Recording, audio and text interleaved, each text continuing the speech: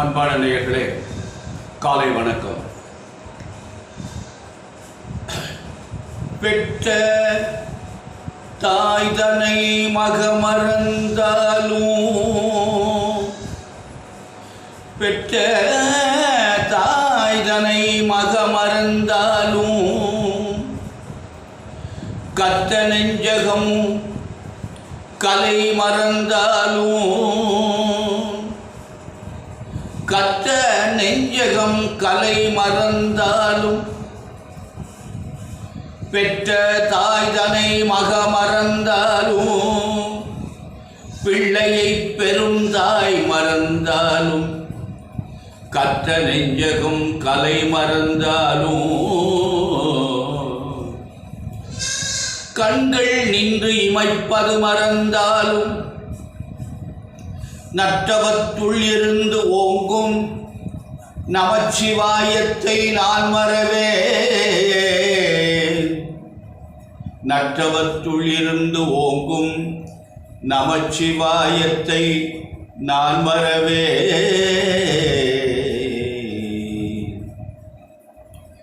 ஏது பிழை செய்தாலும் ஏழையனுக்கு இறங்கி இருந்து அருள் செய். தேது புரியாத தெய்வமே, திருப்போர் தனி முதலே,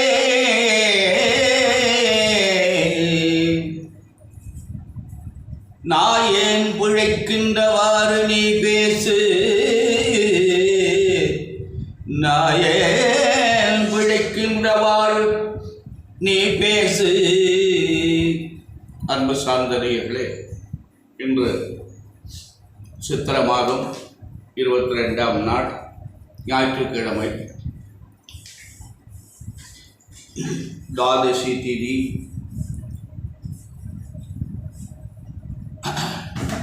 பின்னாடி திரையோதசி திதி.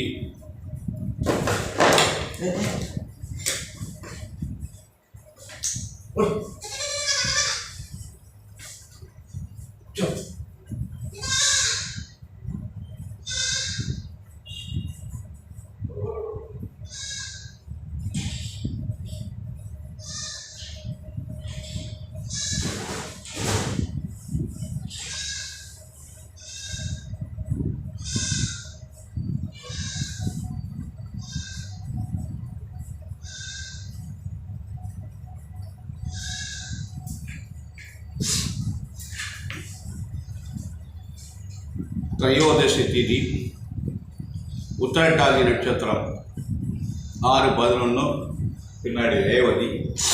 அமிர்த யோகம் ராகு காலம் ஞாயிற்றுக்கிழமைக்கு 4:30 முதல் 6 வரை. யமகண்டம் 12 முதல் 1:30 வரை. குளிகன் 3 முதல் 4:30 வரை. அன்பான நேயர்களே, இன்று பிரதோஷ தினம், இறை வழிபாடுக்கு உகந்த நாள். சிவபெருமானை வழிபாடு செய்வதற்கு உகந்த அருமையான நாள். இன்று மாலையில் 4 to 6 பிரதோஷ காலம். அதனால் எல்லாரும் சிவாலயத்துக்கு சென்று இந்த சிவபெருமானுடைய வழிபாட்டில் கலந்து நல்லருள் பெற வேண்டுகிறேன். அன்பான நேயர்களே, இன்று ராசி பலன்கள் எப்படி இருக்கிறது? இப்போ மேஷ ராசிக்கு குரு 2ஆம் இடத்துக்கு வந்திருக்காரு, நல்ல இடத்துக்கு வந்திருக்காரு. 9ஆம் அதிபதி 2ஆம் இடத்துல குடும்பஸ்தானத்தில் இருக்கார், நல்லது செய்வார். கண்டிப்பாக இந்த குரு பகவான் மேஷராசிக்கெல்லாம் நல்ல பலன்களை தருவார். சனி பகவான் 11ஆம் இடத்துல லாபஸ்தானத்துக்கு, அவரும் நல்லது செய்வார். அதனால் மேஷராசி என்பவர்களுக்கு இன்று நல்ல நாள். அதனால் நல்லதே நடக்கும், கவலைப்பட வேண்டாம். அடுத்தபடியாக ரிஷபராசி என்பவர்களே, உங்களுக்கு குரு ஜென்மத்துக்கு வந்திருக்கிறார். ஜென்ம குரு. ரிஷபராசி என்பவர்களுக்கு குரு நல்லவர் கிடையாது. அதனால் அவர் ஜென்மத்தில் வரும்போது நிறைய பிரச்சனைகளை தான் உண்டு பண்ணுவார் என்று சொல்லுவோம். அதனால் கவனமாக நடந்து கொள்ளுங்கள். இறை வழிபாடு தான் நம்மளுக்கு ஒரு நல்ல பலனை தரும். குருவனுடைய பார்வை 7ஆம் இடத்தை பார்க்கிறாரு, 9ஆம் இடத்தை பார்க்கிறாரு. பார்வையில் இருவார், ஆனால் அவர் இருக்கின்ற இடம் சரியில்லை. கவனமாக நடந்து கொள்ளுங்கள். பிரச்சனைகள் உருவாவதற்கு நிறைய காரணங்கள் இருக்கிறது.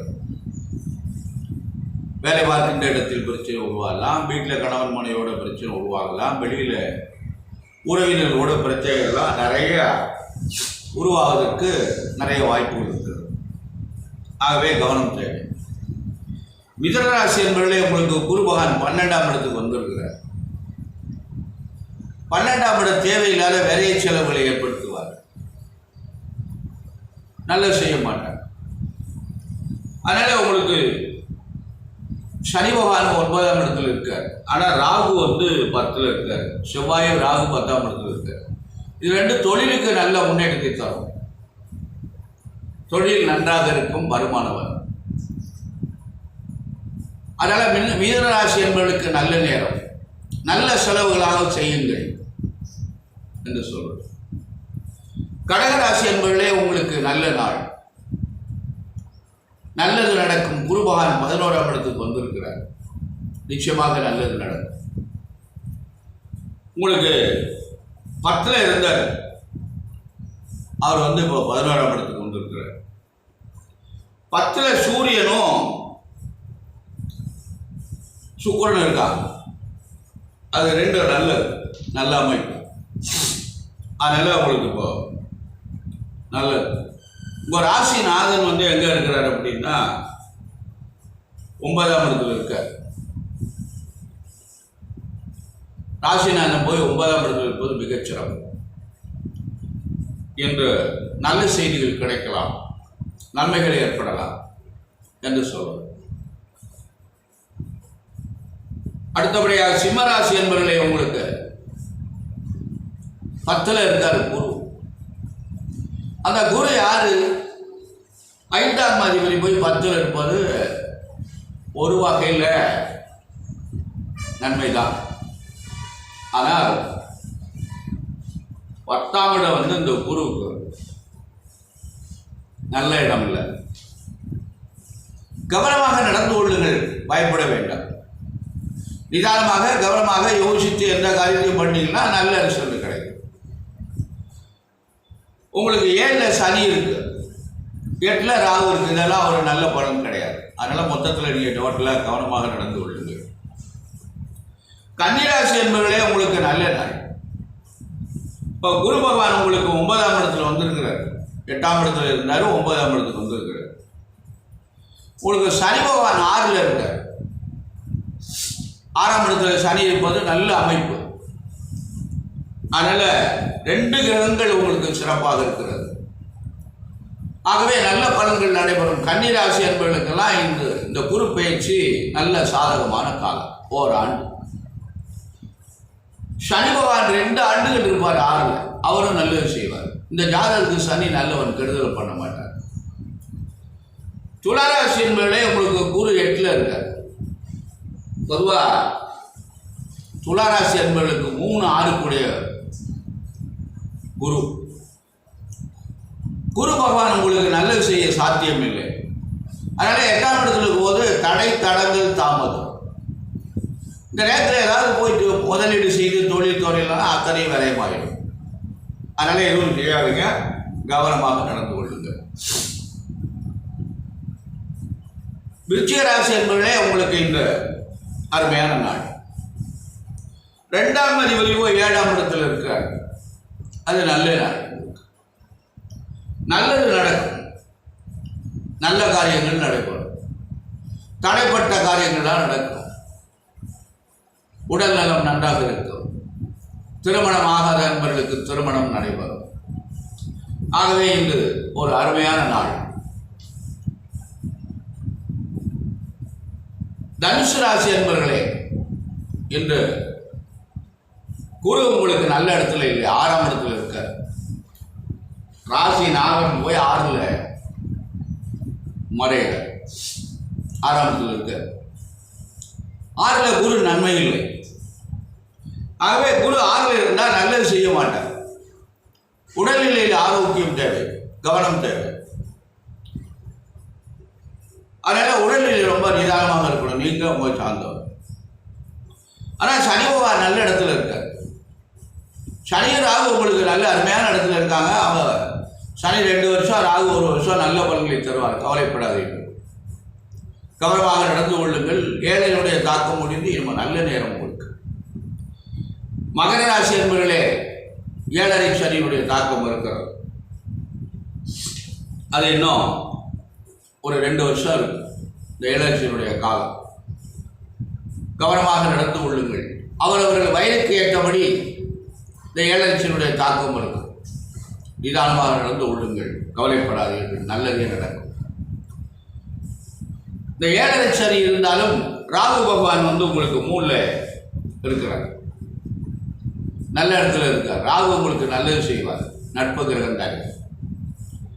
சற்று கவனமாக நடந்து கொள்ளுங்கள். சனி பகவானுடைய வழிபாடு செய்யுங்கள், நல்லதே நடக்கும். கும்பராசி என்பவர்களே, உங்களுக்கு குரு பகவான் 4ஆம் இடத்துல வந்திருக்கிறார். போன வருஷமும் குரு நல்ல இடத்துல இல்லை, இந்த வருஷம் நல்ல இடத்துல இல்லை. 3-4 குருவுக்கு நல்ல இடம் இல்லை. அவர் சொந்த வீடாக இருந்தாலும் எந்த வீடாக இருந்தாலும் 3-4 குரு இருந்தால் அவர் நிச்சயமாக நல்லது செய்ய மாட்டார். அதனால இந்த 4ஆம் இட வண்டி வாகனங்கள் எல்லாம் ரொம்ப கவனமாக நடந்து கொள்ளவும். மெதுவாக போங்க, வேகமாலாம் போகாதீங்க, சீக்கிரமாக கிளம்பும். நிதானமாக நடந்து கொள்ளால் விபத்துகளை தவிர்த்துக் கொள்ளலாம். ஆகவே கும்பராசி என்பவர்களே, ரொம்ப நிதானம் தேவை, கவனம் தேவை. பிரச்சனைகள் தலைக்கு மேல் போகும், கடன்கள் தலைக்கு மேல் போகும். ரொம்ப நிதானம் தேவை, பயப்பட வேண்டாம், இறைவன் இருக்கிறார். அடுத்து மீனராசி என்பவர்களே, உங்களுக்கும் 7.5 ஆரம்பித்திருக்கிறது. அவரவர்கள் வயதுக்கு தக்கபடி 7.5 சனியுடைய தாக்கம் இருக்கிறது. ஆகவே நீங்கள் ரொம்ப கவனமாக நிதானமாக நடந்து கொள்வது நலம். மீனராசி என்பவர்களே, உங்களுக்கு குரு பகவான் நல்ல இடத்துல இல்லை, அவர் 3ஆம் இடத்துக்கு போயிட்டார். 2 வருஷம் உங்களுக்கு நல்லது செய்ய மாட்டார். 7.5 இருக்கிறது. ஏன்னா 7 ஆண்டுகள் குறையாமல் இருக்கிறது. குழப்பமான ஒரு நிலையை உருவாக்கும். ஏன்னா ராசியில் ராகு. அதனால சற்று கவனமாக நிதானமாக நடந்து கொள்ளுங்கள், நல்லது நடக்கும். நல்ல காரியங்கள் கொஞ்சம் தாமதமாகும். வியாழக்கிழமை தோறும் தட்சிணாமூர்த்தி வழிபாடு பண்ணுங்கள், நல்லதே நடக்கும். மகர ராசி, கும்பராசி, மீனராசி என்பவர்களுக்கு 7.5 சனி இருப்பதால் சனி பகவானுடைய வழிபாடு செய்யுங்கள், நல்லதே நடக்கும், நல்ல காரியங்கள் நடைபெறும். அன்பான நேயர்களே, இறை வழிபாடு தான் நமக்கு நல்ல அருள் தரும், நல்ல பலன்களாக தரும். ஆகவே துவண்டு விடாமல் இறை வழிபாடு செய்யுங்கள், நல்ல காரியங்கள் எல்லாம் நடைபெறும். ஆகவே அதாவது இந்த வழிபாடுகளில் ஒரு சிலர் எந்த கோவிலுக்கு போனால் நல்லது என்று கேட்கின்றார்கள். என்னுடைய ஒரு கருத்து என்னவென்றால், எந்த கோவிலுக்கு போனால் நல்லது என்பது கேட்பதை விட உள்ளூரில் இருக்கின்ற இறைவனை நாம் அவருக்கு சிறப்பாக பணிகளை செய்வோமேயானால் நமக்கு இருக்கின்ற சிரமங்கள் அனைத்தும் குறையும். உள்ளூரில் இருக்கின்ற ஆலயத்தை நாம் அங்க தீபமேற்றாமல் பூஜை செய்யாமல் போட்டுவிட்டு வெளியூர்ல கோயில் எல்லா கோயில்கள் ஸ்தலங்கள் எல்லாம் போயிட்டு வந்தேன்னு சொன்னா அது நமக்கு நன்மை இல்லை. ஆகவே உள்ளூரில் இருக்கின்ற ஆலயங்கள், எல்லா ஊர்லயும் ஏதாவது கோயில் இருக்கும். பிள்ளையார் கோயில் இருக்கும், ஐயனார் கோயில் இருக்கும். பெரும்பகுதி கிராமங்களில் ஐயனார் கோயில் நிறைய இருக்கு. ஐயனார் மிக பிறகு உயர்ந்தவர், காவல் தெய்வம். அவர் ஹரிஹரபுத்திரர். அந்த ஐயனாரை வணங்குவது மிகச் சாலச் சிறந்தது. எல்லா விதமான பரீட்சைகளும் தீரும். ஆனால் அதுக்கு பூஜையே பண்ணுறது இல்லை. வாரத்தில் ஒரு நாள் பூஜை, கிடா வெட்டாங்க, அதுக்கு பூஜை. கோயில் பக்கமே யாரும் போகிறது. வழிபாடு செய்தமையானால் நமக்கு நிச்சயமாக நல்லொருள் செய்யும். குழந்தையும் தெய்வமும் கொண்டாடும் இடத்தில் யார் எந்த இடத்துல கொண்டாடுறாங்களோ அந்த இறைவன் அந்த இடத்துல இருக்கும். ஒரு குழந்தைய அன்போடு யார் கொஞ்சுகின்றார்களோ அவர்கிட்ட தான் அந்த குழந்தை போகும். அதனால அந்த இறை வழிபாடு என்பது இயன்றால் எல்லா கோயில்களுக்கும் செல்லலாம். இயலவில்லை என்றால் எந்த கிரகத்தினுடைய தோஷமாக இருந்தாலும் உள்ளூரிலே இருக்கின்ற விநாயகர் பெருமானை நாம் வழிபாடு செய்தோமல்ல அனைத்து தோஷங்களும் நிவர்த்தி ஆகும்.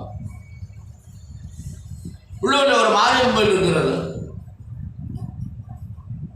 கருமாரி, ஆதிசக்தி, பராசக்தி. அவளை விட உயர்ந்த தெய்வ உலகத்திலே உண்டா? அவளை வணங்கலாமே. ஏன் நமக்கு தேடிக்கொண்டு அலைய வேண்டும்?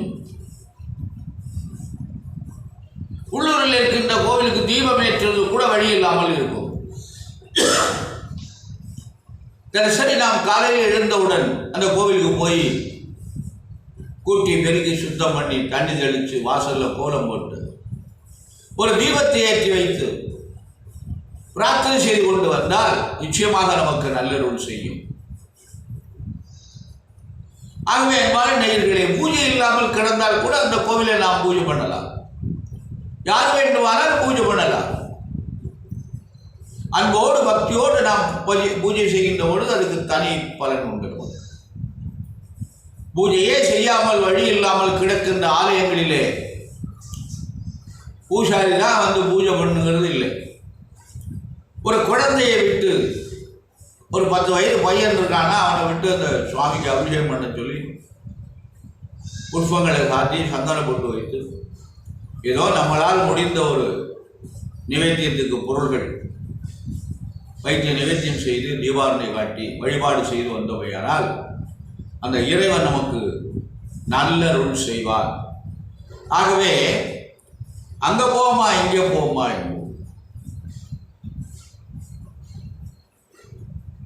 விட இருக்கின்ற இடத்தில் இருக்கின்ற ஆலயம் இறைவனை நாம் பிரார்த்தனை செய்து வந்தோமையானால் எல்லா விதமான தோஷங்கள் நிவர்த்தியாகி நமக்கு நல்லருள் கிடைக்கும்.